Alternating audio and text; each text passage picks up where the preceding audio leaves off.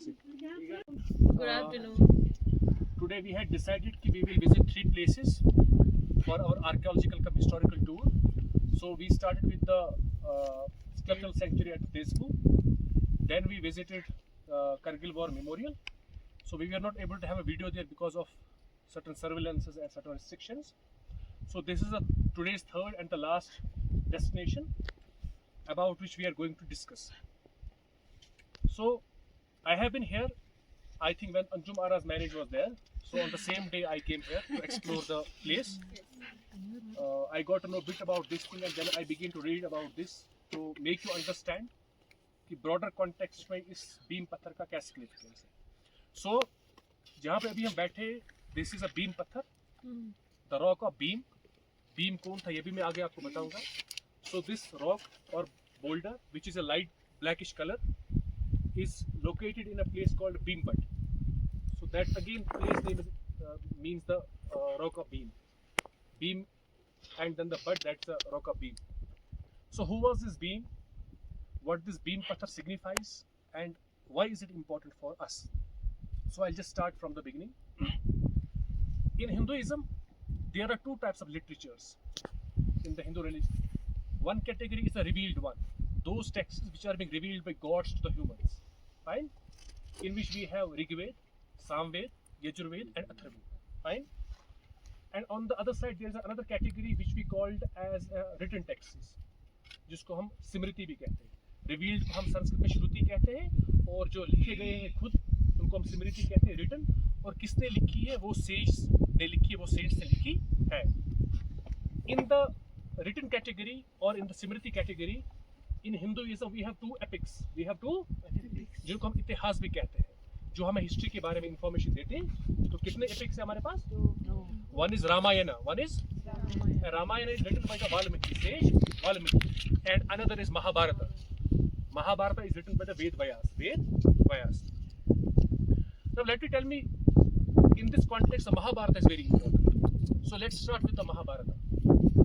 So Mahabharata is an epic which tells us a story about a war, just like we have in the Kargil War Memorial that speaks about the war of 1999. So Mahabharata is an epic which talks about the war which took place in 3100 BC. Though there is debate on the date of that Mahabharata, some scholars they propose some other dates to Mahabharata, but generally 3100 BC is being accepted of the Mahabharata war. Now, what was this Mahabharata war all about? Mahabharata war is a war between the 2 group of cousins. That was a group of 2 checheri bhaiyon. One group was called Pandavas and another group was called Kauravas. Pandavas and Kauravas. Both these cousins were living in a place called Hastinapur. Hastinapur is very close to nowadays Meerut in UP. So, जो पांडवास थे और जो कौरवास थे, जो 2 cousins थे, ये कहाँ पे रूल करते थे, कहाँ पे रहते थे? The place was called Hastinapur. और ये हस्तिनापुर है कहाँ आज? That is very close to the Meerut district in Uttar Pradesh. Right? So in 2 cousin groups के दरमियान बचपन से ही थोड़ा वो कंटेस्टेशन रहता है. एक ग्रुप चाहता है कि हम ही आगे बढ़े, दूसरा चाहता है कि हस्तिनापुर पे हमारे चचेरे भाई निकल जाए, हम ही इस पे कब्जा करें.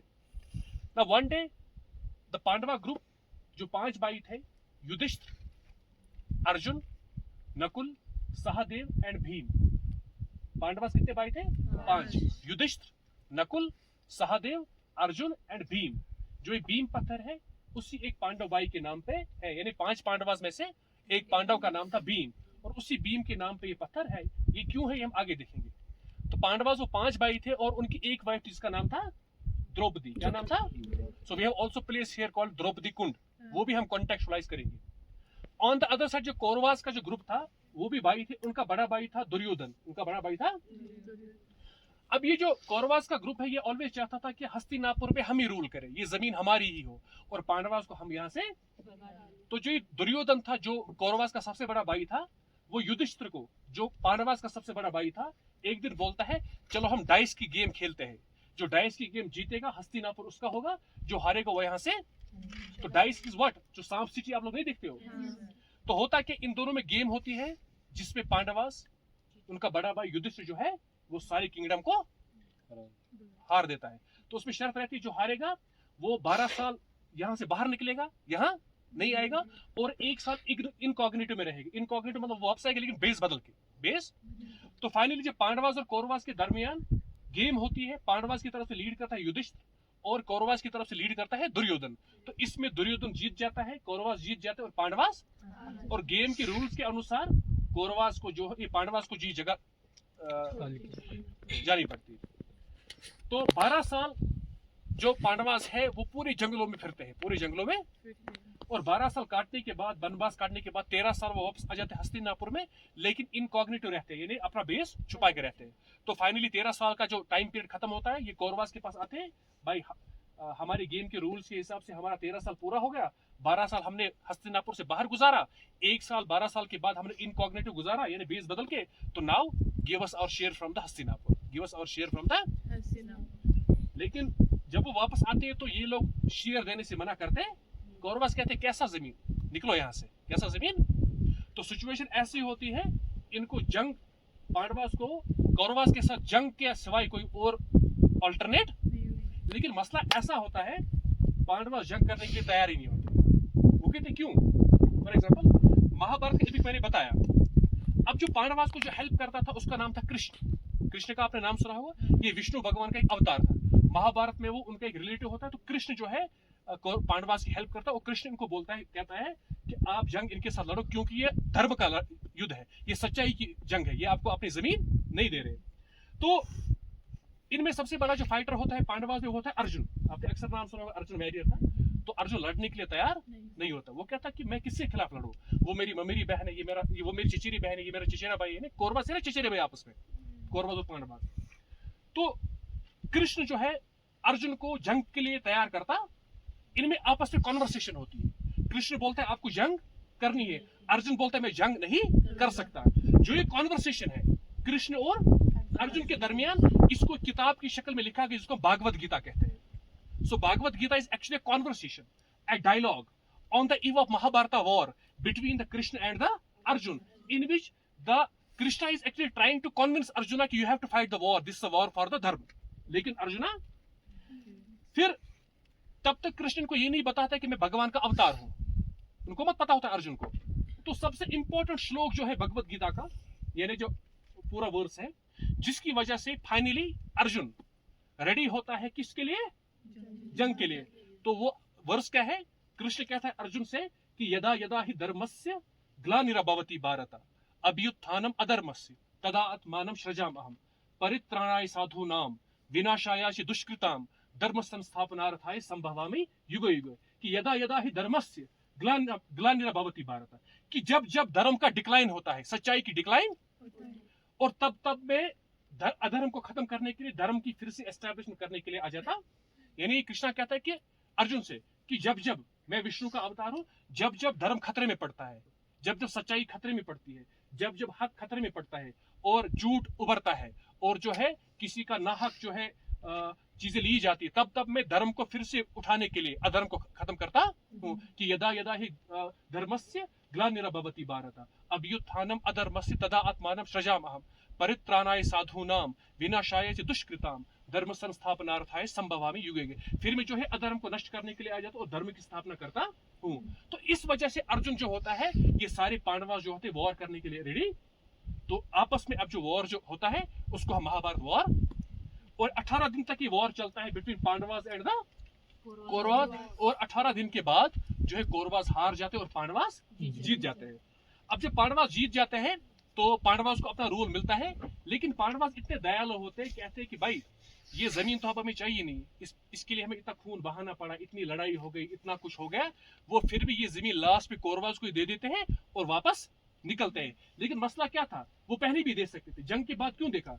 क्योंकि हमें हक के लिए, भगवत गीता महाभारत यही कहते हैं कि हक के लिए, धर्म के लिए, राइटिनेस के लिए हमें हमेशा लड़ना चाहिए। हम कहेंगे अगर इसने मेरा 500 ले लिया, पैसा खा लिया, मैं को छोड़ो, मुझे लड़ाई नहीं करनी, नहीं, आपको इसके साथ लड़ना है अपना 500 लेने के लिए। बात को समझ आ रही है? तो उन्होंने हमें ये सबक दी कि भाई हक के लिए आप लड़ो, आप धर्म के लिए लड़ो, और धर्म को छोड़ने के लिए, सच्चाई को छोड़ने के लिए आप लड़ाई से पीछे नहीं भाग सकते। तो पांडवा को जब हस्तिनापुर मिलता है और उसके बाद जो है ये फिर से कौरवास को वापस दे देते और वहां से निकल जाते हैं इसके लिए। लेकिन अब सवाल पैदा होता है, ये लोग हस्तिनापुर के थे, लेकिन जो ये महाभारत युद्ध था ये हस्तिनापुर की जमीन पे तो हुआ, यानी उसके नाम पे तो हुआ, लेकिन ये हस्तिनापुर में नहीं हुआ। ये कहां पे हुआ? ये महाभारत का वॉर कुरुक्षेत्र में हुआ। कुरुक्षेत्र अभी भी जगह एक है हरियाणा में। यानी मैंने कहा पांडवास और कौरवास ये सब हस्तिनापुर के थे, लेकिन जंग जो हुई, जो जिस मैदान में जंग हुई ये महाभारत वॉर, वो कौन सी थी? वो थी कुरुक्षेत्र। कुरुक्षेत्र अभी हरियाणा में है। लेकिन अब सवाल खड़ा होता है, भाई पांडवास कौरवास है, स्पेशली पांडव वो है हस्तिनापुर के। हस्तिनापुर कहाँ है? यूपी में। और जंग हुई कुरुक्षेत्र में। जंग हुई कुरुक्षेत्र कहाँ है? तो यहाँ कैसे? तो ये बेन पत्थर कैसा? वो द्रौपदी कुंड कैसा? बातें को समझ आ रही है? ये भीमबट कैसा? ये सवाल तो बातें को समझ आ रही है? यानी कौरवास पांडवास या पांडवास के जो 5 भाई थे खुद हस्तिनापुर के थे, यूपी के, और कुरुक्षेत्र में जंग हुई वो है हरियाणा में। लेकिन इसका और उसका कैसा कनेक्शन है? जब मैं लास्ट टाइम यहाँ पे आया, ऑनेस्टली स्पीकिंग मैंने काफी इसका सोचा, क्या पता कुछ नैरेटिव गढ़ा तो नहीं गया है, वो वहां ये यहाँ, द्रौपदी कुंड यहाँ, हस्तिनापुर पता नहीं कहा, कुरुक्षेत्र पता नहीं कहा, महाभारत हुआ 3000 साल पहले, ये कैसे हो सकता है? लेकिन मेरे दिमाग में जब ये सवाल उलझा, I begin to read out the things. मैंने चीजें पढ़ी, मैंने इस पर सोचा, बिकॉज द बेस्ट टूल जो आपके पास है वो है आपका लॉजिक, वो आपकी रैशनैलिटी। ठीक है, यानी बिना किसी मकसद के तो भीम पत्थर आया नहीं यहाँ पे। भीमपट का नाम इतने सालों से क्यों आया? कुछ और भी तो रख सकते थे, हाँ? या द्रौपदी कुंड का और नाम कुछ रख सकते। देन आई वाज थिंकिंग कि ये कैसे कनेक्ट कैसे हो रहे हैं। यानी पांडवास के जो 5 भाई है उसमें स्पेशली भीम है, भीम हस्तिनापुर में, यूपी में, हरियाणा में जंग हुई कुरुक्षेत्र, यहाँ उसके नाम पे पत्थर कैसा? द्रौपदी 5 पांडवास की एक ही वाइफ थी, उसके नाम पे द्रौपदी कुंड, वहां पे कुंड यानी तालाब जैसा क्यों है? काफी मेरे माइंड में। देन उसके बाद I begin to think this is a possibility. देखो एक होता है झूठ, that is lie. Lie means ज़ेबू ने झूठ बोले, झूठ है। दूसरा होता है मिथ। मिथ का मतलब है myth is truth which has lost its temper. यानी वो नैरेटिव होता है जिसके बारे में हमें ये पता नहीं कि सच है कि झूठ है। ये सच भी हो सकता है, ये झूठ भी हो सकता है। यानी एक पैरालाइज्ड मैन है, ये कुछ नहीं बता सकते मैं कौन हूं, मेरा नाम क्या है, लेकिन आदमी तो है ना ये। इसी तरह जो ये मिथ है, भीमबट, भीम पत्थर, द्रौपदी कुंड, मैंने सोचा कि इनका कनेक्शन कैसे होगा। Then a question begin to get raised in my mind कि जब डाइस गेम हारने के बाद पांडवास को कितने साल के लिए हस्तिनापुर छोड़ना पड़ा? 12 साल के लिए। और 12 साल के बाद उनको इनकॉग्निटिव रहना पड़ा। 12 साल में बहुत सारे जंगलों में, and there is a good number of possibility, good percentage of possibility in these 2 years they might have come to Dras as well. They might have come to Dras as, क्योंकि पहाड़ों में जंगलों में वो रहे, यो यूपी हरियाणा ये सब तो एक ही बेल्ट पड़ता, north Indian belt. So there is a good number of possibility कि in the entire course of 12 years, पूरे 12 साल के कोर्स में, 12 साल कोई छोटा टाइम पीरियड तो है नहीं, 12 साल अगर आप अपना 12 साल का पीछे आप देखोगे तो खुद देखो 12 साल कितना टाइम होता है। 12 साल में there is an number of possibility कि वो यहाँ आए, वो यहाँ आए होंगे। And this is the thing which we need to explore more, which we need to explore. अब यहाँ पे वो आए, इसके हमें कुछ एविडेंसेस मिलते हैं। एविडेंसेस, अब जब वो लोग जंगलों में रह रहे थे, ठीक है, तो जंगलों में रहने के लिए वो मत खुले मैदान में रहेंगे, कुछ ना कुछ बनाना होगा। इसलिए क्या जो द्रौपदी कुंड है, ए प्लेस बिटवीन द प्राणद्रास और मटाइन, वहां पे तालाब तो था ही द्रौपदी कुंड के नाम से। Kund in Sanskrit means the some lake और सम स्ट्रीम, ठीक है। तो वो कहते हैं वहां पे द्रौपदी नहाती थी। लेकिन there is another oral narrative जो कहीं लिखा नहीं, लोगों की जुबानी पे कहते हैं कि यहाँ पे पांडवास का महल भी हुआ करता था। अगर आप लोग एक्सप्लोर करोगे, so there is a narrative, there is a story, you will come to know from the local people कि दे विल से कि यहाँ पे पांडवास लोग, उनका एक घर भी यहाँ पे। So there is a good number of possibility कि पांडवास ने जब वहां से शिफ्ट किया होगा शायद द्रास आए होंगे, और जो द्रौपदी कुंड का इलाका है वहां पे उन्होंने अपना थोड़ा सा छोटा घर बनाया होगा और वहां पे कुछ टाइम के लिए रहे भी। बात अब समझ आई? And there is good number of possibility, there is a good number of possibility कि ये जो पत्थर है भीमबट के नाम पे, तो it might be sacred. Sacred क्यों है? अगर ये किसी भगवान के नाम पे होता तो इसका नाम होता शंकर पल, फॉर एग्जाम्पल। जैसे कश्मीर में Shankar mean Shiv, Shankar is another name of Lord Shiva. So Shankar Pal, that means the rock of Shiva. Why is it called Beam Pal? Why not Shankar Pal? Why not Shiv Pal? Why not Vishnu Pal? Why not Brahm Pal? Yeah, why not Durga Pal? Why Beam But or Beam Pathar? Ancient times में if you look the Kashmir as well Ladakh, हर एक ruler जो भी temple बनाता था उस temple का नाम अपने नाम पे रखता था. For example in Kashmir we have a ruler, उसका नाम था शंकर वर्मन. क्या नाम था? उसने बारामूला एक डिस्ट्रिक्ट में एक टेंपल बनाया था जिसका नाम उसने लिखा शंकर गौरेश्वर. जो ये वर वाला लास्ट पे इसका मतलब है शिव टेंपल, यानी Shankar Gaureshwar temple of Shiva which is being built by Shankar. अच्छा, इसी तरीके मिसाल तौर पर वर आता है शिव के साथ और स्वामिन आता है विष्णु के साथ. अवंती वर्मन एक और रूलर था जिसने अवंतीपुरा में अवंती स्वामिन टेंपल बनाया. Avanti Swamin temple means temple of Vishnu built by Avanti Varman. So same might be the case of this stone.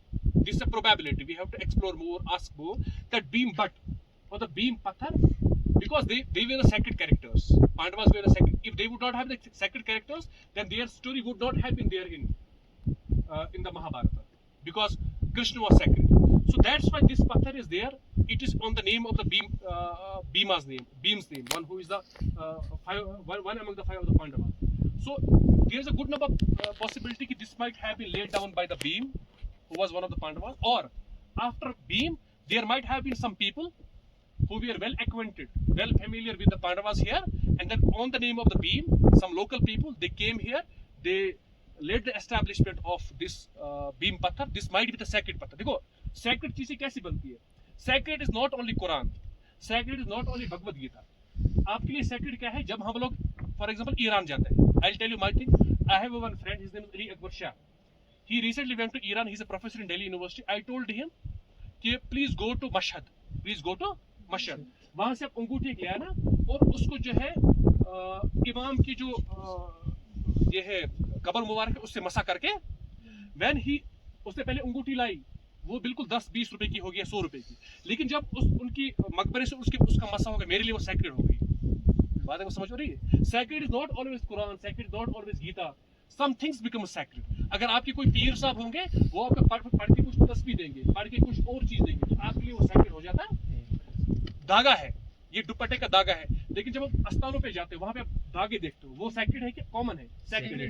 इसी तरीके से हर रिवील्ड चीज sacred नहीं होती है. मतलब हर रिवील्ड चीज और मतलब ही नहीं sacred होती है. रिवील्ड के अलावा बाकी चीजें भी sacred होती है.